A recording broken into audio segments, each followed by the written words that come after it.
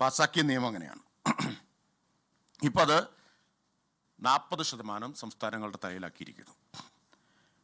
ഇപ്പോൾ കേരളത്തിന് ശരാശരി 4000 കോടിയാണ് ഒരു വർഷം കിട്ടുന്നത്.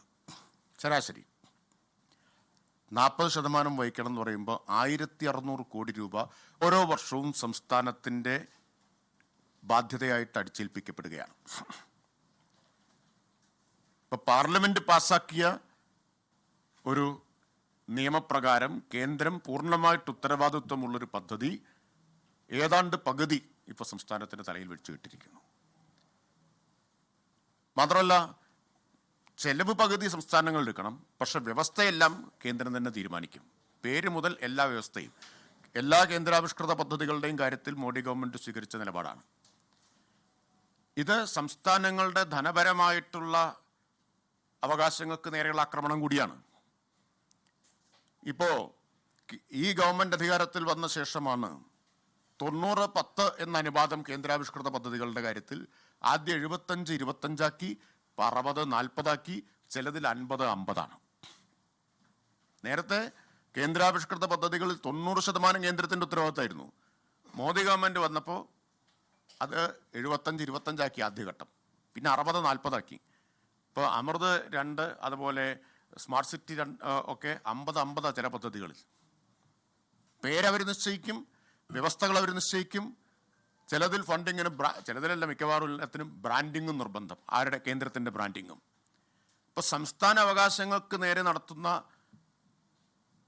നഗ്നമായിട്ടുള്ള കടന്നാക്രമണത്തിൻ്റെ, ഒരു മര്യാദയുമില്ലാത്ത കടന്നാക്രമണത്തിൻ്റെ മറ്റൊരു ഉദാഹരണം കൂടിയാണിത്.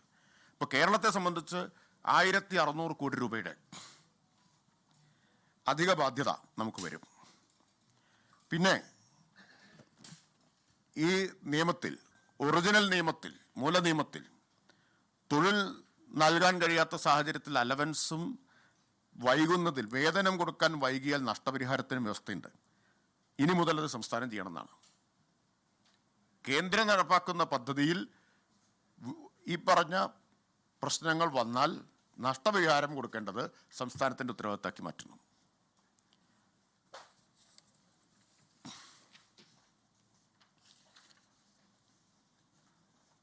ഇപ്പോൾ തന്നെ നമുക്ക് 826.9 കോടി രൂപ കുടിശ്ശികയാണ്. 826.9 കോടി രൂപ. 426.7 കോടി കുടിശ്ശികയുള്ളത് അവിദഗ്ധ വേതനത്തിലാണ്. 264 കോടി കുടിശ്ശികയുള്ളത് മെറ്റീരിയൽ ഇനത്തിലാണ്. അതുപോലെ 48.9 കോടി വിദഗ്ധ വേതനത്തിലാണ് കുടിശ്ശികയുള്ളത്. 826.9 കോടിയാണ് നിലവിൽ കുടിശ്ശിക. ഈ കുടിശ്ശിക വരുത്തുന്നതും ബോധപൂർവമാണ്. കാരണം വേതനം കുടിശ്ശികയാക്കി വെച്ചാൽ ആളുകൾക്ക് ജോലി എടുത്തിട്ട്, ഇത് പകലന്തിയോളം പൊരിവെയിലത്ത് പണിയെടുക്കുകയാണല്ലോ. പ്രായം ചെന്നവരും സ്ത്രീകളാണ് മഹാഭൂരിപക്ഷം. ഇതിൽ ജോലിയെടുക്കുന്നവരിൽ മഹാഭൂരിപക്ഷവും സ്ത്രീകളാണ്. യഥാർത്ഥത്തിൽ ഇത് സ്ത്രീകൾക്കെതിരായിട്ടുള്ള ഒരാക്രമണം കൂടിയാണ്. കാരണം കേരളത്തിലൊക്കെ 90% സ്ത്രീകളാണ്. അവരുടെ ഒരു ഏക ഉപജീവന മാർഗമാണിത്. അപ്പോൾ സ്ത്രീ വിരുദ്ധമായ ആക്രമണം കൂടിയാണ് ഇത്. വേതനം വൈകിക്കഴിഞ്ഞാലുള്ള പ്രശ്നം എന്താ?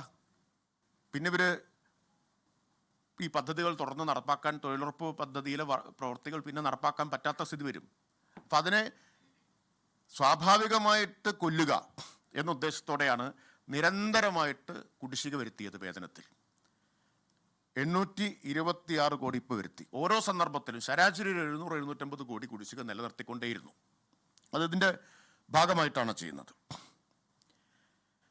പിന്നെ ഫണ്ടിങ് പാറ്റേണിൽ മാത്രമല്ല, മറ്റൊരു പ്രധാനപ്പെട്ട വ്യവസ്ഥ, കാർഷിക സീസണുകളിൽ പ്രവൃത്തി നടത്തരുത് എന്ന് ബില്ലിൽ വ്യവസ്ഥ ചെയ്തിരിക്കുകയാണ്. ഇന്ത്യയിൽ ചിലയിടത്തൊക്കെ 3 സീസൺ വരെയുണ്ട്, 3 വിള വരെയുണ്ട്. ഫലത്തിൽ തൊഴിലുറപ്പ് പദ്ധതി നടത്തരുത് എന്ന് പറയുന്നതിന് തുല്യമാണ് കാർഷിക സീസണിൽ പ്രവൃത്തി നടത്തരുത് എന്ന് പറയുന്നത്. 60 ദിവസം വരെ ഇങ്ങനെ തൊഴിൽ ഒഴിവാക്കാം എന്ന നിർദ്ദേശം ബില്ലിൽ ഉൾപ്പെടുത്തിയിരിക്കുകയാണ്. 60 ദിവസം വരെ.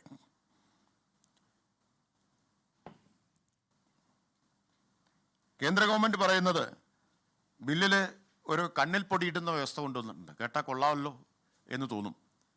100-ൽ നിന്ന് 125 തൊഴിൽ ദിനങ്ങൾ ഉയർത്തും എന്നാണ്. പക്ഷെ എവിടെ ഉയർത്തുന്നതാണ്?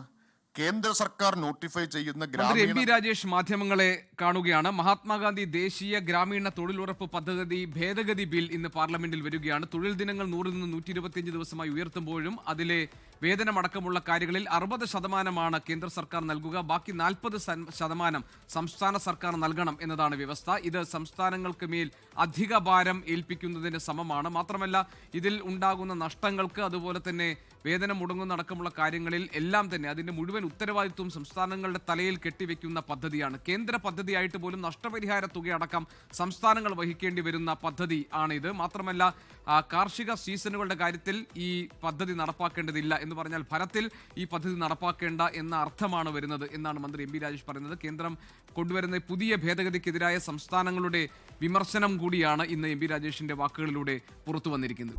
ലോകത്തെവിടെയായാലും ഏത് സമയത്തും 24 വാർത്തകളും ഓഗ്മെന്റഡ് റിയാലിറ്റി പാക്കേജുകളും എക്സ്പ്ലെയിനറുകളും വിശദമായി കാണാൻ ഞങ്ങളുടെ യൂട്യൂബ് ചാനൽ നിങ്ങൾക്ക് സബ്സ്ക്രൈബ് ചെയ്യാം.